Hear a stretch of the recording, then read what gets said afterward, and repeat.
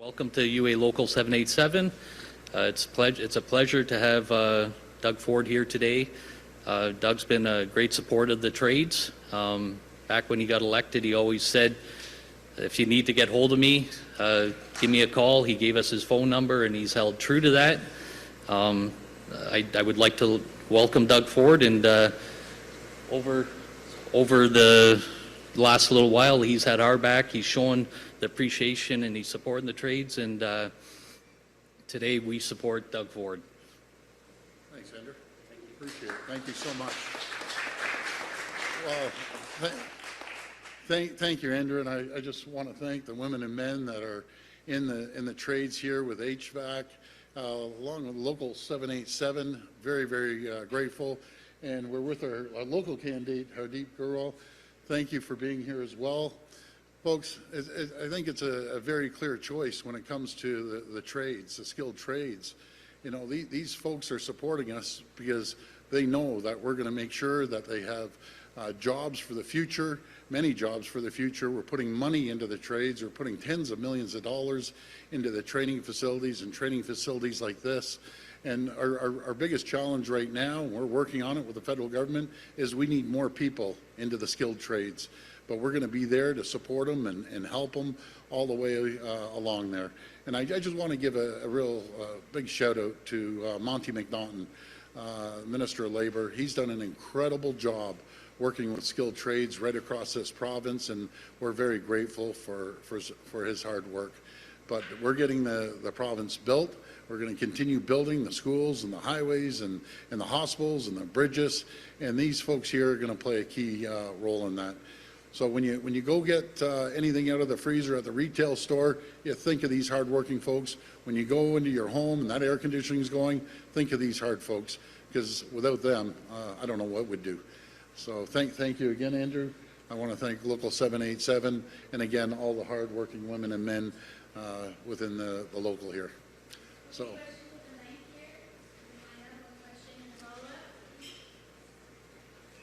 Good morning, Premier. Antonella Artuso from the Hi, Toronto Sun. Hi. I wanted to ask you about an issue the Liberals raised this morning. They say that you're beholden to big box stores. Those are your political opponents, but certainly during the pandemic, many a small business owner said that they felt that you put large corporations ahead of their interests. So how do you respond to them now in the middle of a campaign? You know, that's our political opponents. They're going to say what they want. But I followed the advice of the Chief Medical Officer throughout this whole process.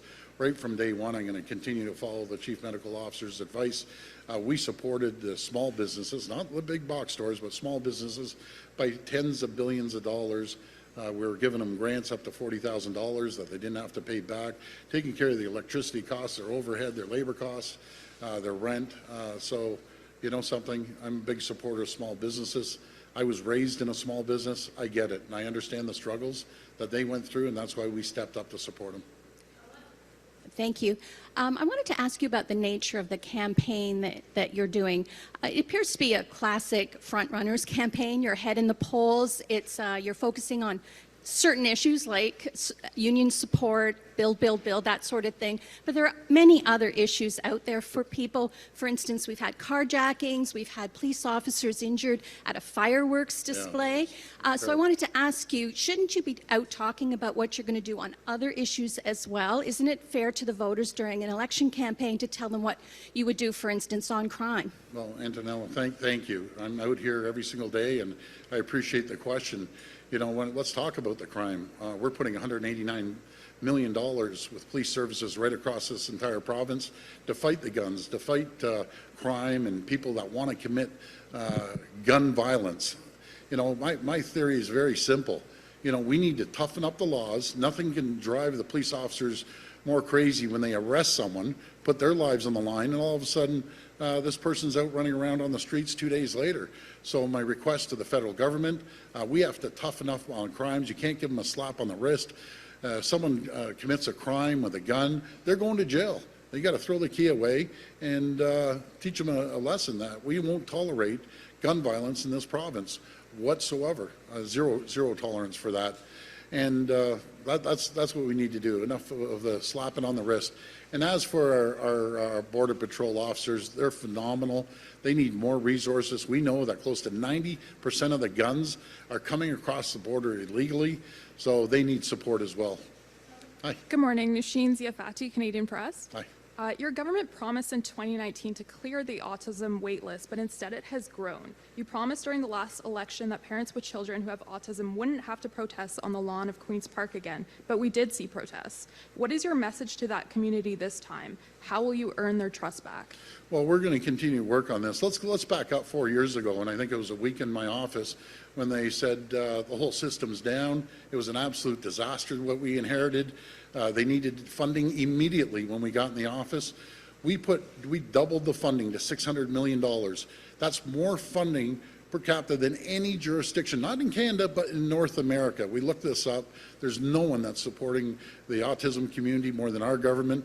But do you know what I'm hearing out there? And I'm hearing it more and more, and I've heard it for the last 4 years. We got to really focus, and I'm gonna focus on when the kids are past 18 years of age, and I've talked to so many parents, as the parents are getting older, they're concerned on who's going to take care of their adult person with autism. Their kids that are now adults that are living at home, they're extremely concerned. So I want to personally focus on that, along with getting the backlog cleared up. And we're going to continue funding the autism community. Again, I just want to emphasize, we've doubled the funding up to $600 million, more than any jurisdiction in North America, and we'll make sure we always support that community. But I want to look into the adults with autism, because that's a challenge as well.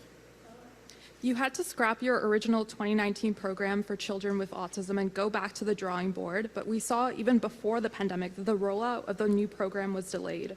Is there a new date by which all children who need treatment will have access to core services? Well, what we did with the minister, we consulted with the families. It wasn't even us alone. We had the whole autism community. I think there's about 18 people that we sat around the table, came up with a strong plan, and moving forward with it. Again, we're increasing the funding. I'll always support the autism community, and I'm going to support them. Simple as that. Hi there, Doug. Lisa Shing from Hi, Lisa. CBC. So the Liberals are asking the OPP to investigate why the staff of one of your candidates, that's Don Valley North candidate Vincent Ke, set up a bunch of shell or corporations. They were calling it shell corporations during his time as MPP. One of those corporations received $25,000 in government grants. So I just wanted to get your sense of what you think is going on. Do you think there's something fishy there? Do you want Vincent to explain himself? Well, first of all, before I start with your question, I will answer your question. The folks in HVAC industry and local 787 should be grateful to Lisa. Lisa was the one that came out and said we want air conditioning all throughout the long-term care. So thank you, Lisa, for that. And to answer your question, this is desperation from the Liberals. We've looked into it. It's totally inaccurate. They're throwing all these accusations out because their campaign's falling apart. They know it. We know it. You have them all over the map. Well, one of their candidates are for the Bradford bypass. The other one's not for Bradford bypass. Another candidate yesterday said higher gas prices are good. And I'm shaking my hand. Good. That's the worst thing that could ever happen. People can't even afford to fill up their tanks. So really, with a Liberal campaign right now, it's every person for themselves. They're all over the map. We have another candidate saying they're for the 413. I'll tell you why they're saying it, because they know we're the only party of the plan. They know that's what people want. The people in Brampton and Vaughan, throughout the region, they want highways. They want to get to work quicker. So, they're desperate right now. We know it, and they're going to throw everything they can at us. We're going to stay on our key message. We're the only party with a plan to reduce costs, to create more jobs, to continue building, and put more money into people's pockets. So you're saying this is inaccurate. What exactly is inaccurate about this? Well, all these accusations they're throwing out on them is just not accurate. I'm not going to dig into the weeds, but it's absolutely ridiculous. Vincent's a great member, and they just try to poke at every one of our members. I'll call it politics, but we're going to focus on our plan to get the province moving. How you doing? Good morning, Maran from Road Today. Premier, my question is related to a recent fraudulent charges laid down by Ontario Provincial Police on commercial motor vehicle licenses. You know, there have been unauthorized licensing happening here for the truck drivers. More than 200 students have been shortlisted. The list has been sent to Ministry of Transportation and Ministry of Colleges and Universities. What will the ministry do looking ahead? Because we know that there is a shortage of AZ drivers, but it doesn't mean that we have to use shortcuts to get unlicensed training mills happening right here in Ontario. Yeah, no, I agree with you. We have to make sure that we focus on getting more people because we're short truck drivers right across this province. We're in desperate need. We'll be there to support them. That's our biggest challenge right now, no matter what sector, no matter where I go in the province. I see that sign, help wanted, be it in the skilled trades or truck drivers. But as we move forward, another 8 days today, God willing, we're fortunate enough to get reelected, then we're going to sit down and sit down with the Trucking Association and see how we can support them, get more people into the sector. My follow-up question is related to transit. You know, there is no monopoly of good ideas in politics. So, if given a chance, if re-elected, is your government looking at introducing something like Bucker Ride for transit users? Because your government has offered a lot of goodies to road users, remove tolls, you know, reduce the licensing plate fee. What about that? Well, what we believe in after decades, I'll say 15 years, but it was even decades before that, they ignored transportation. We invested $30 billion in the largest transit project in North America, and that's just the 4 lines in Toronto and the GTA, not to mention the GO Rail that we're investing totally in transportation, over $60 billion, but we also believe we can do both. We can build good, solid transit, and we can build highways too. Let's not forget, folks, 80% of the people out there drive. So we're going to make sure that they aren't stuck on the 401 as we were yesterday, just bumper to bumper, sucking in everyone's fumes. We're going to make sure that we build highways right across this province, roads and bridges, what we're doing. We're putting about $157 billion into infrastructure, and we're going to make sure that we get as many people as we can out of the cars into the great subways that we're building and the GO Rail.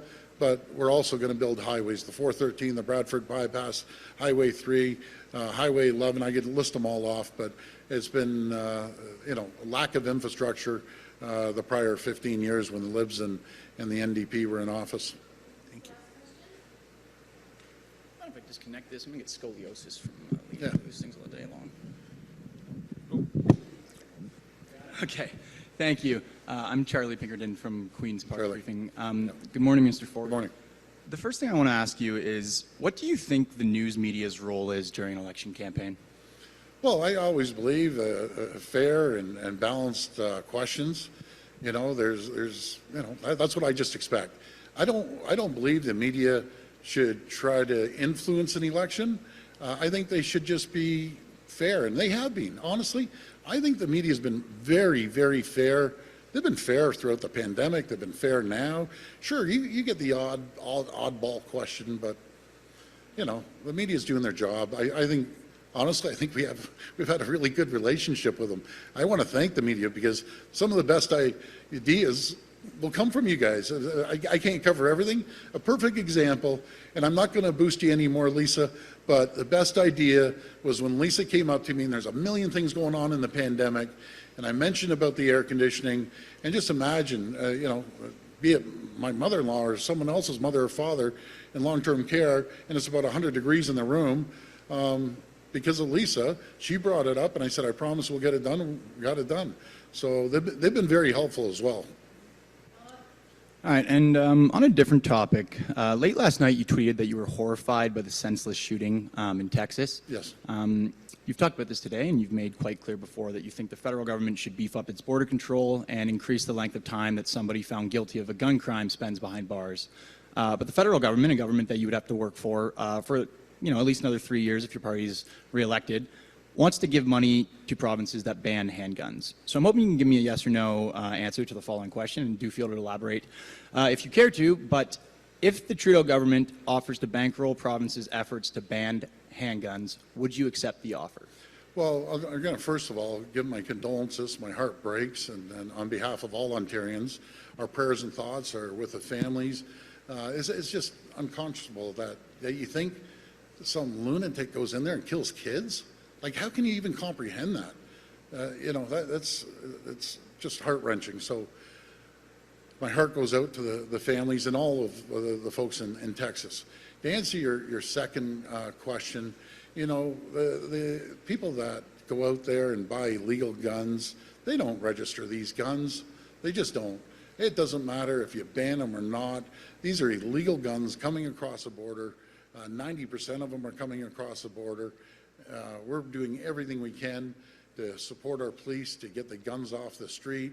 And we were just asking for support from the federal government to keep these guys in jail for a long period of time and to support our Canadian Border Patrol officers that are out there working their backs off trying to keep the guns from coming into the country. Would you accept the money from the feds if they offer it to you? Again, you know, I'm pretty clear on this. I need money to make sure that we beef up Border Patrol. I need money.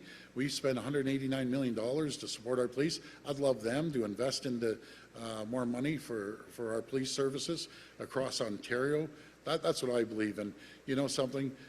These illegal gun guys that create crime and terrorize our communities, they don't go register it. They don't care. They're getting it illegal. They should be thrown in jail. The key should be thrown away and teach the rest of them a lesson. If you commit a crime here in Ontario, you know, you're going to jail for a long, long time. Simple as that. Thanks, everyone. I appreciate it. Thank you.